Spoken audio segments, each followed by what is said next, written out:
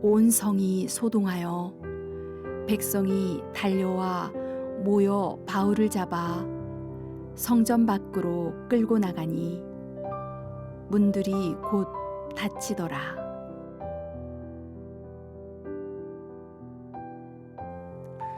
예수님을 믿고 나면 세상을 대하는 태도가 바뀝니다.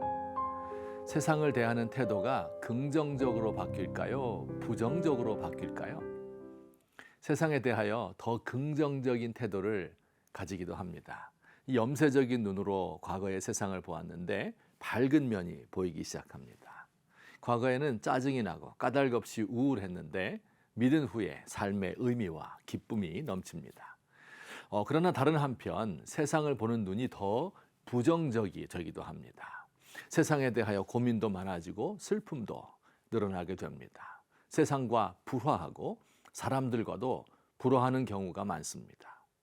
사도 바울도 한편으로는 구원의 기쁨이 그를 지배하면서 다른 한편 세상과 끊임없이 불화하였습니다.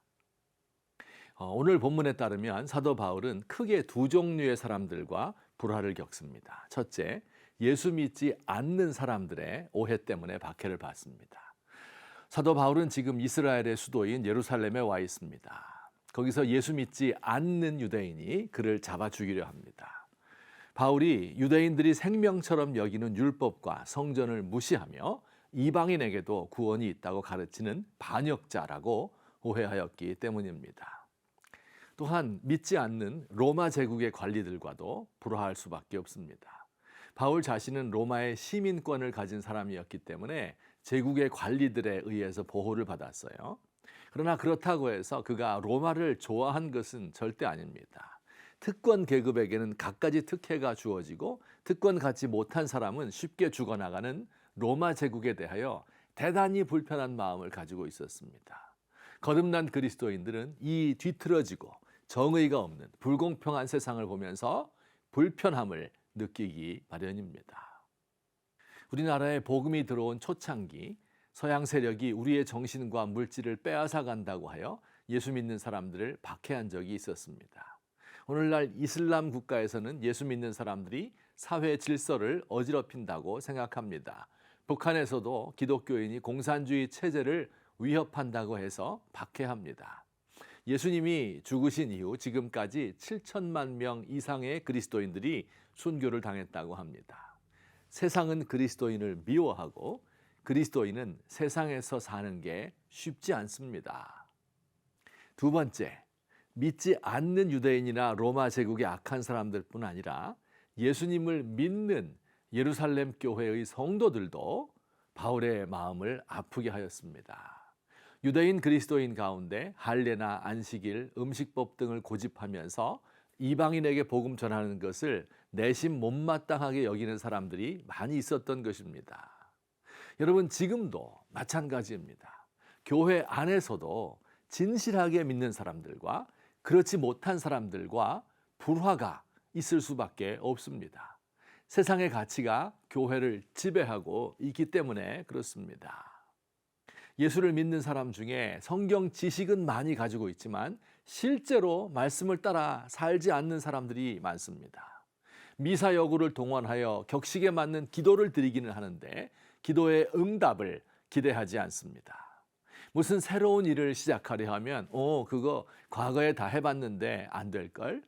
잘 믿어보려는 성도들을 보면 너무 유별나게 믿으려 하지 마. 나도 과거엔 그랬었어. 하나님 나라에 대한 아무 기대도 꿈도 없이 하루하루를 사는 이름만 성도들인 사람들, 그들이 우리의 마음을 아프게 합니다. 자, 그렇다면 이렇게 자신을 미워하는 사람들에게 둘러싸였던 사도 바울은 어떤 자세를 가졌을까요? 세상의 불의와 불공평을 한탄하면서 소주잔 기울이고 정부 욕하고 대통령 비난하며 염세주의에 빠진 것이 아닙니다. 혼자 고고한 척 시니컬하게 세상을 비난하면서 세상을 달관한 도사처럼 초연하게 살지 않았습니다. 세상은 어차피 망해가니까 예수님 다시 오실 날만 기다리며 기도만 하고 있지 않았습니다. 바울은 자신을 죽이려는 유대인들에게도 자기를 오해하는 사람들에게도 사랑하는 마음으로 복음을 전하려고 모든 노력을 기울였습니다. 복지부동 자리를 보존하는 것이 최고의 목표인 사람들, 돈을 밝히고 파렴치한 로마 관리 하나하나에 정성을 기울였습니다. 그는 사람이 변할 수 있다는 믿음을 가지고 열정을 다해 복음을 전했습니다.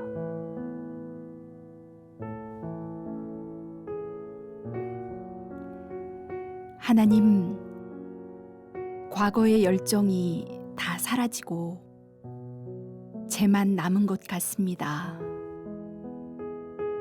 변하지 않는 세상을 바라보며 절망하고 도무지 바뀌지 않는 세상적인 신자들 때문에 또 절망합니다.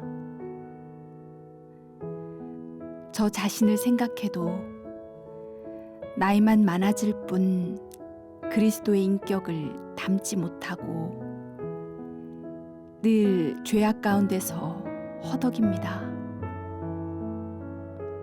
주여, 주님을 뜨겁게 사랑하던 시절의 열심을 회복하기 원합니다.